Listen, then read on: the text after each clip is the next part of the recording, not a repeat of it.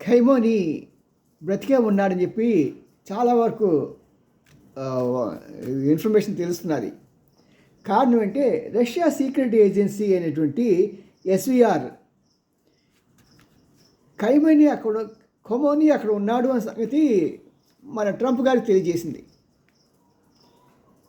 ఇది ఒక systematic planning. ఇది నిజమా అబద్ధమా అని తెలియాలంటే ఒక చిన్న ఉదాహరణ మీకు చెప్తాను. మొన్న ఈ మధ్య ఒక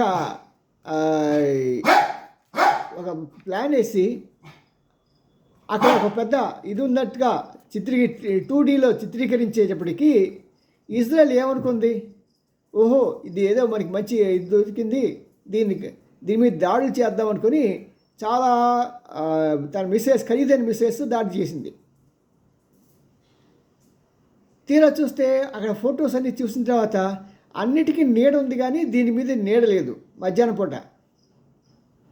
మరి నీడ లేకుండా ఉంది ఏంటి అని ఈ నెటిజన్లు వాళ్ళని ప్రశ్నించేటప్పటికి తీరా చూస్తే అది కేవలం 2D ఇది వాళ్ళ చిత్రం వేశారనే సంగతి అర్థమైంది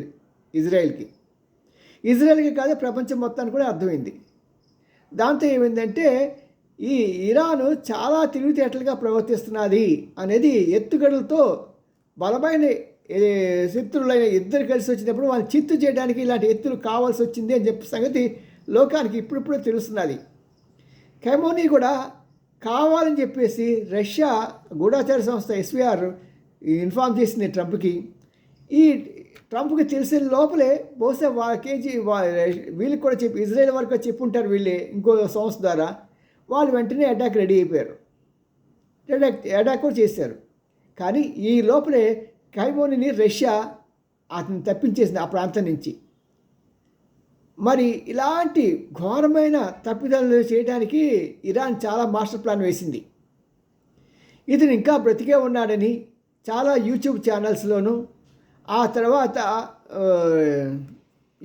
ఫేస్బుక్లోనూ ఇంటర్వ్యూస్ ఇస్తూ ఉంటే ఇదంతా ఈ రెండు కూడా అమెరికా యొక్క గుత్తాధిపత్యంలో ఉన్న సంస్థలు కాబట్టి ఎప్పటికప్పుడు వాళ్ళు పెట్టిన వెంటనే మరుక్షణంలోనే వాటిని డిలీట్ చేసేస్తూ వస్తున్నారు. ప్రపంచానికి తెలియకూడదు తన చేతకాని తనాన్ని.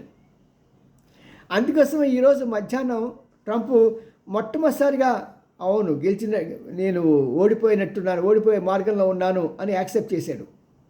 నిజమే కదా.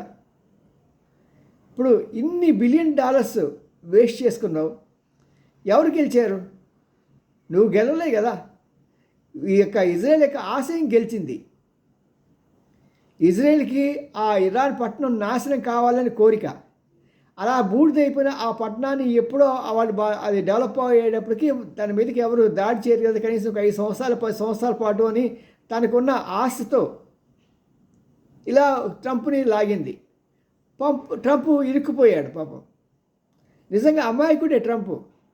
నోటికి వచ్చినట్టుగా అడ్డంగా వాగటం తప్పించి తనకు తెలిసింది ఏం లేదు. ఒక స్ట్రాటజీ అంటే ఏది ఉండదు.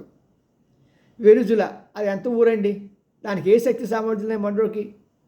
కాబట్టి అతను ఎత్తుకొచ్చేటప్పుడు నేను ఎవరినైనా రావచ్చు అనుకున్నాడు. అక్కడ గ్రహించాల్సింది ఇరాన్ అండి. ఇరాన్ మొత్తం కొండలతో ఉండేది. అసలు నీకు కానీ మీ సైనికులు కానీ అలాంటి చోట వెళ్ళడానికి ఆస్కారం ఉందా? ఆఫ్ఘనిస్తాన్ ఒకటి, ఈ ఇరాన్ ఒకటి, రెండు దేశాల మీద దాడి చేసినప్పుడు ఆ దాడి చేసిన దేశమే ఓడిపోతుంది. నీకున్న అనుభవంలో ఆఫ్ఘనిస్తాన్లో నువ్వు అన్ని సంవత్సరాల పరిస్థితి ఏం పీకావు, అక్కడ ఓడిపోయావు కదా. ఆఖరి బతిమాలుకుంటూ వెళ్ళావు బాబు రక్షించిందని. ఇలాగున్న ఈ పరిస్థితుల్లో మరి దీని మీద మళ్ళీ దాడి చేసావు కదా. ఎంత తుంటరితనం. ఇప్పటికే అమెరికా చాలా ఆర్థికంగా దెబ్బతింది. నీ దుండుతనంతో ఇజ్రాయెల్ నీకు పైసా ఇవ్వదు. ఆ ఇజ్రాయెల్ ఖర్చు కూడా నువ్వే ఆయుధాలు ఇచ్చావు, దాంట్లో నీకు ఒక పైసా కూడా రాదు. మరి ఈ డబ్బులంతా ఎవరివి? పాపం అమెరికా ప్రజలవి. అది నిజంగా గట్టిగా చెప్పాలంటే డెమోక్రటిక్ ప్రజలంతా వెళ్ళి రిపబ్లిక్ని కొట్టాలి, మీరు ఇలాంటి వాళ్ళని ఎందుకు ఎన్నుకున్నారని. మరి అలాంటి భయంకరమైన స్టేజ్లో ఉన్న ట్రంప్ ఇప్పుడు ఏం చేయాలో పాల్పోవట్లా. కానీ వాస్తవంగా తెలుస్తున్నాయంటే ఖైమోని బ్రతికే ఉన్నాడనేది రోజు రోజుకి ప్రజల్లో నమ్మకం పెరుగుతున్నది. లేకుంటే వాళ్ళు అంత శక్తిమంతులుగా అంత ధైర్యవంతులుగా ఉండరు. ఇంకోటి ఏంటంటే ఈ ఫస్ట్లో ఖైమోని చనిపోయిన తర్వాత అక్కడ కొంతమంది బయటకు వచ్చి డ్యాన్సులు చేశారు, అమ్మాయిలు అది ఇది హడావడి చేశారు, కరెక్టే. కానీ ఆ తర్వాత అది కూడా పోయింది. కారణం ఏంటంటే అమ్మో తమ నాయకుడిని చంపేశారే అనేది ఆ ఫీలింగు వాళ్ళకి నరాలు జీర్ణించిపోయింది. ఈ అమెరికా మనకి మేలు చేయదు, మనకి కీడే చేస్తుందనే సంగతి ప్రతి ఒక్కరు గ్రహించారు. ఒకవేళ ఎవరైనా ఒకలారా బయటకు వస్తే వాళ్ళు మిగతా వాళ్ళు మందలించుంటారు. ఇలాంటి స్టేజ్లో అమెరికా పరుగు పోవడమే కాదు, ఆర్థికంగా కూడా చాలా నష్టపోయింది, చితికిపోయింది. ఇంకా అగ్రదేశంగా ఉంటాను అన్న స్థాయి లేదు ఇంకా దానికి. మరి ఇప్పుడు ఎవరు అగ్రరాజ్యంగా నిలుస్తుంది? బహుశా నిలిస్తే చైనా నిలుస్తుందేమో. కానీ అగ్రదేశం మాత్రం చాలా బ్లండర్ చేసింది. అందులో ఎవరికీ సానుభూతి లేదు ట్రంప్ మీద.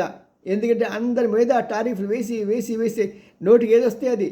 ఇది న్యూజిలాండ్ ఇది అంటాడు, కొంతసేపు లెబనాన్ మీద దాడి చేస్తా అంటాడు, లేకుంటే అక్కడ దాడి చేస్తాను, గ్రీన్లాండ్ మీద దాడి చేస్తా అంటాడు. వాడి ఆయన ఇష్టం, ఎలా పడితే అలాగా. ఇదే దాదాగిరా, ఆటవిక సమాజంగా మార్చేసావు. మరి మా కేసీఆర్ గారు చెప్తారు, పొట్టోడిని పొడుగోడు కొడితే పొడుగోడిని పోచమ్మ కొట్టిందని. ఇప్పుడు నీకు నిజంగా పోచమ్మ లాంటి మీ దేవుడే కొట్టినట్టున్నాడు. అందుకనే నువ్వు ఇదైపోయావు, నువ్వు మళ్ళీ అసలు బయటికి రావు. మీ దేశాన్ని కూడా సర్వనాశనం చేసావు, నువ్వు చరిత్ర పొట్టలో నిలిచిపోతాడు ఈ ట్రంప్. సీ యూ మీ అన్ Ramji, senior journalist, Gudiganta TV9. Like చేయండి, షేర్ చేయండి, సబ్స్క్రైబ్ చేయడం మాత్రం మానకండి. బాయ్.